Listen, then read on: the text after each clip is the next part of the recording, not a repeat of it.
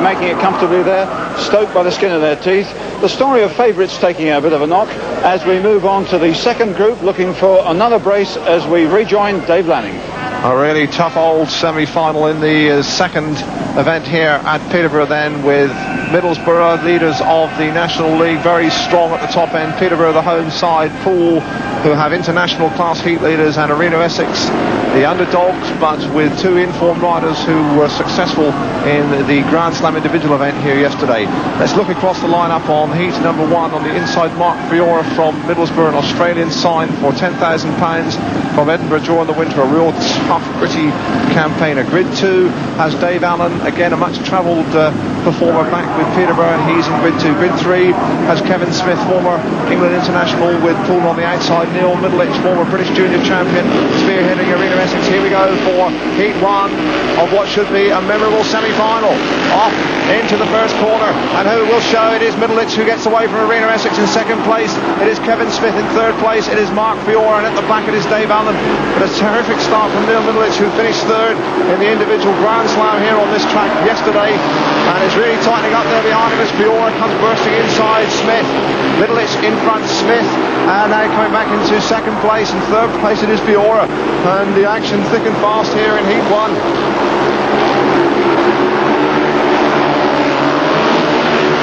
Well, Middleditch and Smith were teammates together at Poole, and we have Dave Allen who's gone down, or it may well be Fiora who's gone down in front of us here in our commentary position.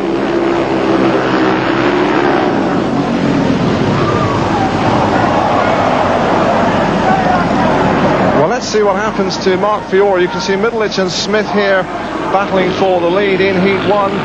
Spectacular style from Neil Middleditch out in front, and we'll look for Mark Fiora. He's in red in third place here, and as he goes through our picture, just keep an eye on the rider in third place. He goes out, hits the fence with a terrible crack with the back wheel, and well, sustained some back trouble there, and that really was a heavy pile-up. The bike going on riderless, but Fiora really took a wallop there. Well, that collision with the fence certainly didn't just leave Mark Fiora in a sorry state of repair. A big hole there you can see being repaired by the track staff, and that really is evidence of the force which young Fiora hit the fence. We do so hope there's no more than superficial damage done though. Heat 1 of the second semi-final without Mark Fiora, sadly taken away in the ambulance with back injuries, so 3 only. Dave Allen in grid 2. In white it's Kevin Smith on the outside. Neil Middleditch, who was leading when the race was stopped for Arena Essex. Here we go for the second time of asking, and again, who will it be who shows? And this time it is Allen who gets away. Going hard after him it is Smith, and Smith going around the outside of Dave Allen. So it's Poole in front, and the homester pushing hard out, moving into the lead. And this is a lucky break for Peterborough, because they were well back when the race was stopped, and now Allen showing his home track advantage.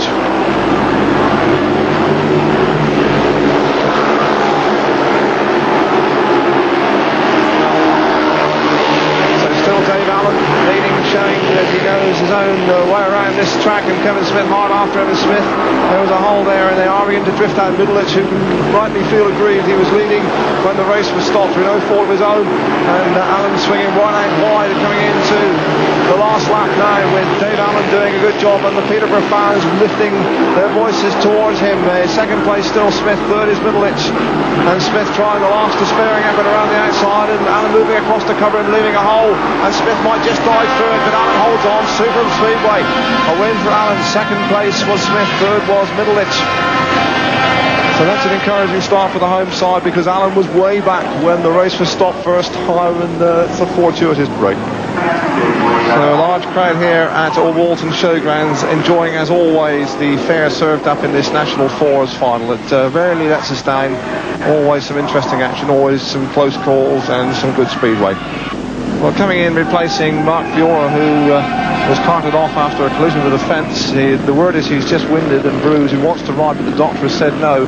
It gives us the opportunity to see for the first time in this area one of the most exciting young prospects in World Speedway. Gary Havelock, 16, still at school, gets away for away meetings on a youth opportunity experience job training scheme. And he has been little short of a sensation. He may just take his time to weigh things up, but he is an accomplished youngster and reckoned to be one of the brightest finds in recent years. Gary, son of a former National League campaigner of considerable experience, Brian Havelock. It's going to be interesting to watch him because he really is an exciting lad.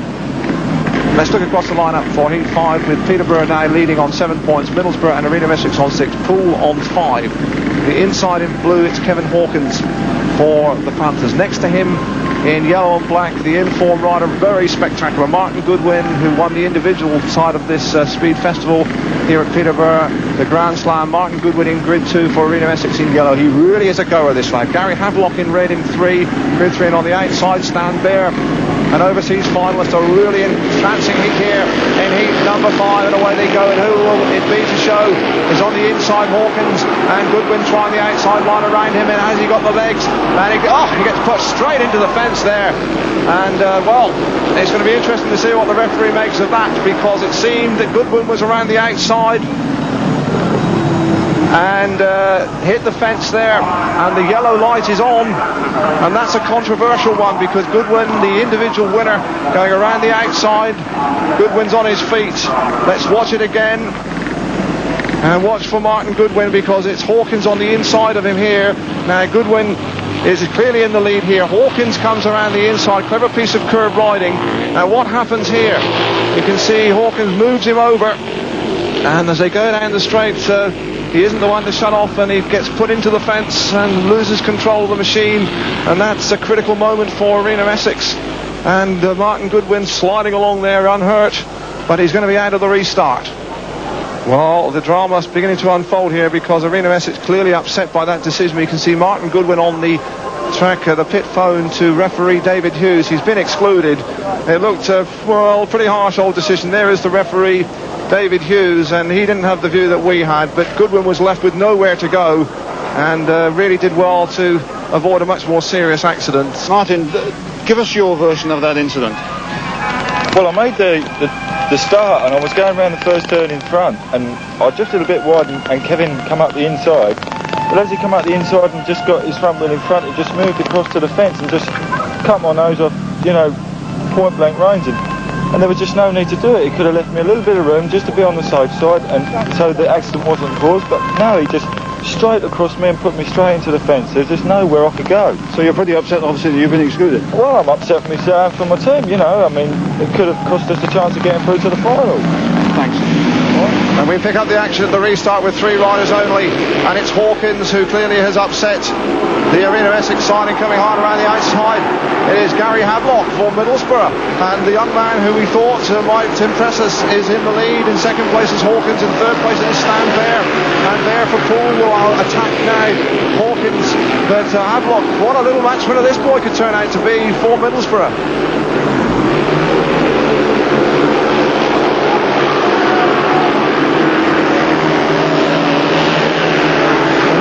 Hawkins, who surely does know his way around Peterborough, going hard after Havelock, and Havelock, well, it must be said, Havelock left him a lot more room than he left Goodwin, and he's going hard in the inside of the young man now, and Havelock will not be moved over, and that's brave calling by the young man.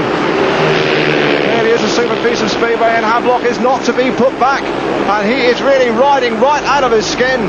He is taking apart the home number 1, and that is a really sensational ride from Gary Havelock, who almost overcooks the last corner but wins it. Hawkins is second, third place is Stan Bear from Poole, right out of contention. And little wonder the Middlesbrough contingent are on their feet. Their young man has really delivered the goods to them. He was under intense pressure, but he gave not an inch, and that really underlines and emphasises this lad's potential. He really is a little discovery. Well, here's the hot action again as Kevin Hawkins, giving nothing away, moves under in the most intimidating fashion under Gary Havelock. You can see he's got the drop of him here, tries to move him over, and there's not much to choose between. Look at that, almost touching there at what, 60 mile an hour going sideways, and Havelock simply refuses to be budged, and that really is riding of the most courageous calibre. So just 2 to go. Nothing's been settled yet in this second semi-final. It's beginning to look good for Middlesbrough and Peterborough, though. Poole are still breathing down their necks on 9 points, in Arena Essex, who, it has to be said, have not had the best of fortune, on 6 points. Might still steal it if they can produce the goods in these last 2 races. And we look across the line on the inside, David Trasher little Australian with Arena S. Him in grid 2 will be Stan Bear, a fellow Australian from Pool 1 point, first time out.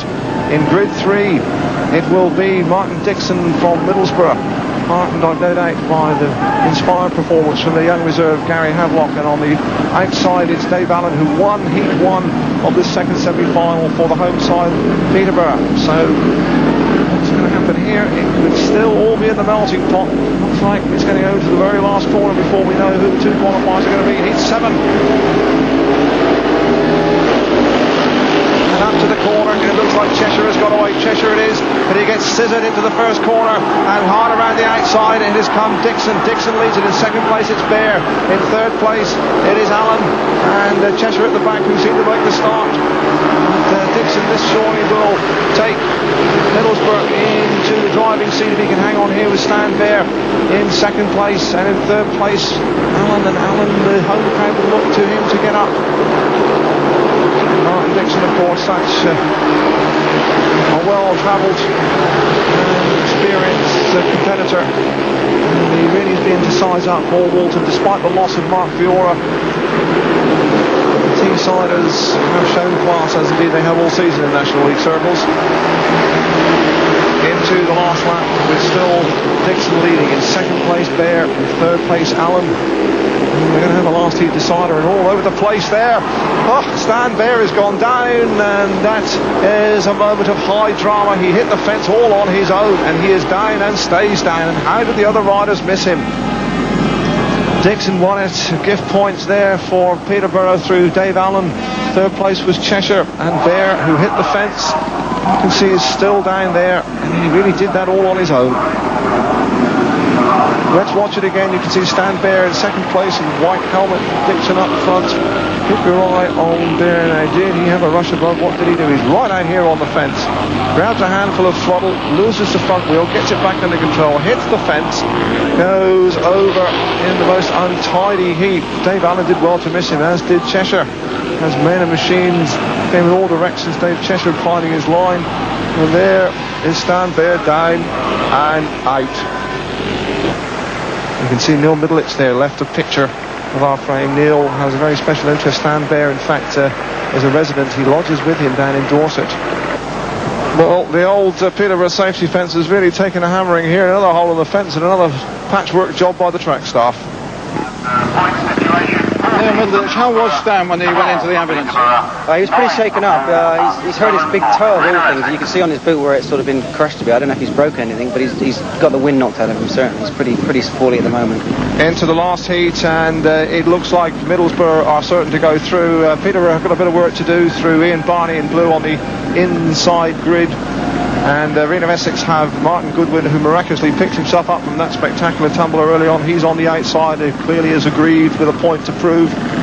So let's have a look across the lineup. On the inside in blue, Ian Barney for Peterborough. Next to him in red, Gary Havelock, who's looked sensational when he came in the reserve. 16 years old. Grid 3 has David Biles, and as the pool rider can get up here, they still might sneak a qualification place on the outside. Martin Goodwin in yellow and black, and on the inside it is Barney who gets away. Barney leads it. In second place it is Havelock. In third place it is Biles, and Goodwin trailing at the back. So this should be enough to take the home side Peterborough through, with Havelock in second place. In third place it is Biles. And well, here is an absolute sensation, because Barney has pulled out with an engine failure, and we'll have to work that one out as Havelock goes into the lead. In second place now it is Biles. And even though they've had a bit of a disaster here, by our reckoning they can still finish 1 point ahead unless Biles can get up on Havelock.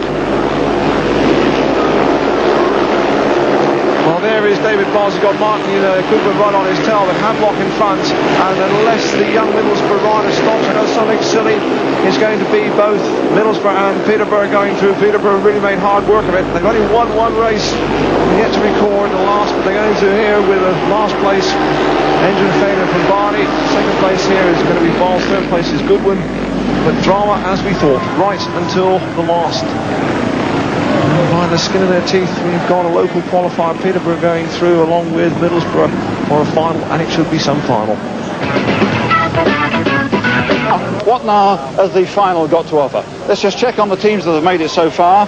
From the first semi-final, Hackney and Stoke into their fifth final, then Middlesbrough perhaps emerging as the favourites, and Peterborough keeping the home interest alive. Let's rejoin Dave Lanning. One heat completed, the Northern challenging front with Stoke on 3 points, Middlesbrough 2, Hackney on 1, and Peterborough yet to score in heat 2. Looking from the inside across the line in white in grid 1, Jeff Pusey from Middlesbrough. Next to him in red, Alan Mogridge from Hackney, unbeaten in his first semi-final, one of only 2 riders unbeaten on the afternoon. Grid 3 in yellow and black, Dave Allen, who was consistent points gatherer for Peterborough. He had a total of 5 in his semi-final. On the outside in blue, 4-4 for Stoke, the leaders after 1 heat. 4-4 can go a bit when he gets the wind in his sails. Heat 2. Like Mogridge, and it looks like Pusey from the inside grids, swinging high around the outside comes Dave Allen. Allen's gone past 1. Has he got the steam to go past 2? I think he just might have. And into the corner it is Allen who leads it, and he really has got the bit between his teeth as Mogridge comes powering back under him. Mogridge and Allen together. In third place it is Thorpe, and this race is really coming up, boys, nicely to the boil. Allen almost lost the corner as Pusey comes through, and it is getting tight. Allen almost missed that corner there, and Mogridge did really well to avoid what could have been a collision, and Diane has gone for Thorpe at the back. There's Thorpe on the corner, and well, the referee, Mr. David Hughes, is going to have to stop it. Thorpe has gone down awkwardly, almost in the identical position we remember last year where Steve McDermott went down and broke a leg. Thorpe, I think, is just winded. He went down, well, really on his own, nobody else to blame. Well, let's see if we can spot what happened to Paul Thorpe. He's at the back here. As Allen goes through, and there he goes, just sliding gently down. Nowhere to go, all on his own. And the bike did seem to slow on for a very long way before it came into collision with the fence. You can see there, the defensive wall, and the bike did go an awfully long way and still seems to be running. Heat 2 of the final restarting without the faller, causing the race to be stopped first time out. That's Paul Thorpe. He'll be excluded. Only winded, it would seem, from that collision with the fence. So now we look again for the restart with on the inside Jeff Pusey in white from Middlesbrough. Then Alan Mogridge in red for Hackney. On the outside Dave Allen. He was leading when it was stopped. And recall earlier in the day he was in third place when the race was stopped, and he hopped down and won that one. Mogridge away cleanly this time. So too is Pusey. Allen will wind it all around the outside. There's going to be room for him to get through there, and well, there just was no room there at all as Pusey was bold and kept going, and so too was Mogridge. And now Allen coming hard back under Alan Mogridge. He just ran out of track.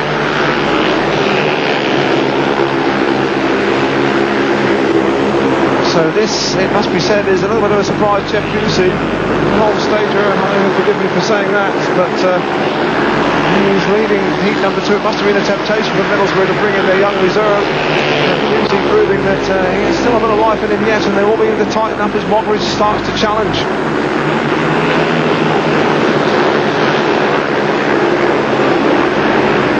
Pusey riding in the back of that inside line, but you wonder if Mogridge can get enough steam up to get around the outside. That's his attack pattern, and it's getting a little bit close there on the fence. I think he might just have clipped it. Pusey giving nothing away. In third place it is Allen, and over the line Jeff Pusey doing well to hold on for Middlesbrough. Second place Mogridge, third place was Allen, and well, there is Jeff Pusey the winner.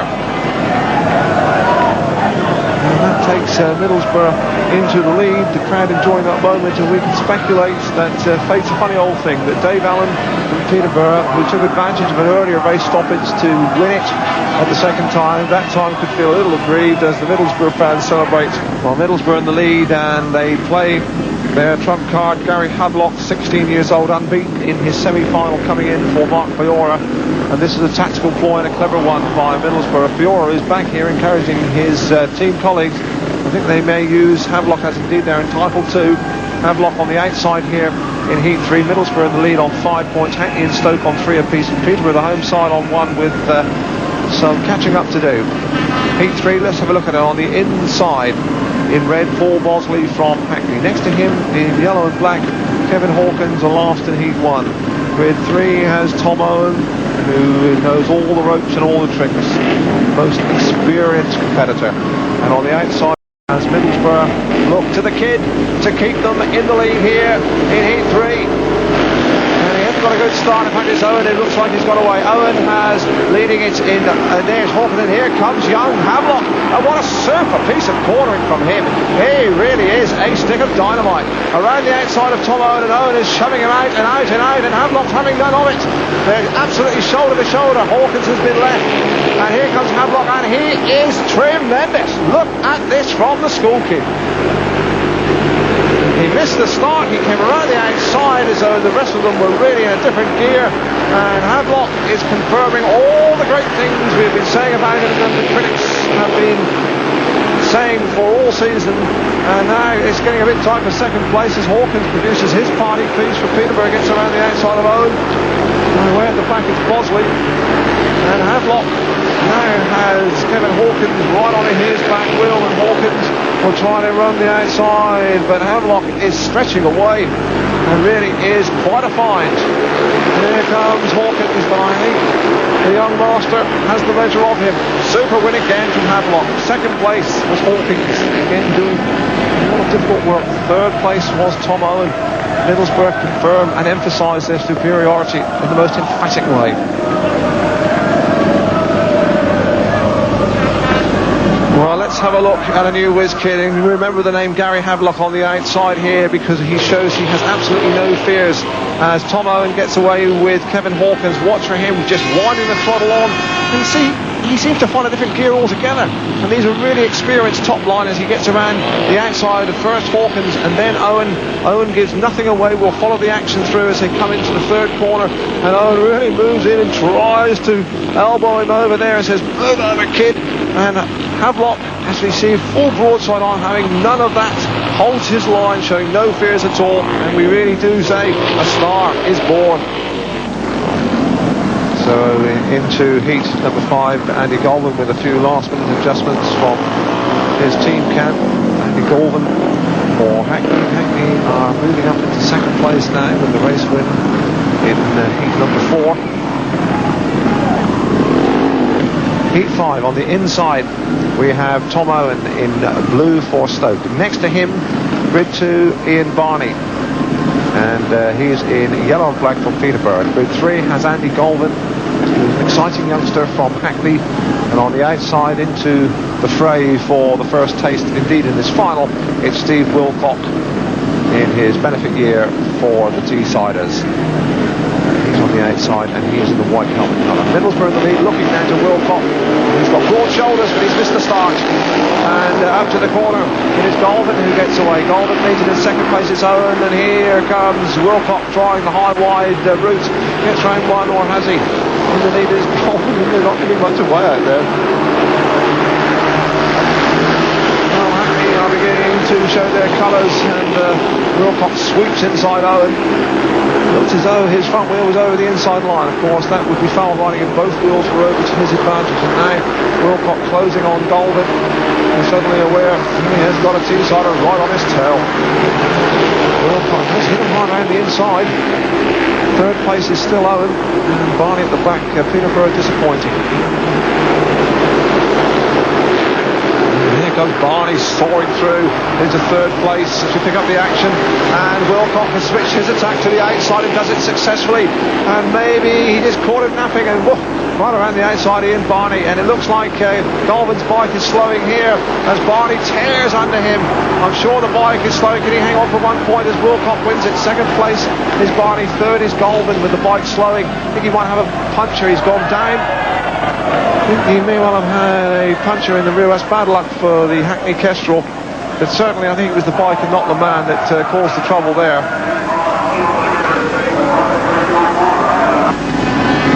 So there are the scores with 3 races to go. Middlesbrough just need to win this one and they could anchor it for their first ever success at the 14 tournament. And they've got young Gary Havelock, who's fast becoming the star of the day, unbeaten, 16 years old. He's in here replacing Mark Fiora, and he's in grid 2, and Middlesbrough cannot be caught if young Havelock can continue unbeaten. Looking across the line on the inside, Peterborough play there is Irvine Barney, then Havelock in grid 2. Grid 3 has Mike Wilding from Stoke, and on the outside is Alan Moggridge, and who will show it is Barney, and it is Havelock, and Havelock's got squeezed out at the first corner as Barney leads it in second place. Going very wide is Moggridge, and Havelock's gone through into second place, and this might just be enough as well as Barney goes clear. The home specialist, and now here's got Gary Havelock closing on him. In third place is Moggridge, and the battle is on, and we watch for young Havelock, who has got this superb style and banks of motor, but Barney knows every piece of shell of this Peterborough circuit. He's cutting out the action up front as Havelock tries to close. He's not really making any ground. In third place is Moggridge.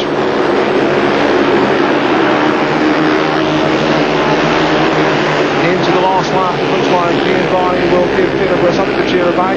By heading home, though, the young man isn't finished yet, still 5 lengths daylight between them.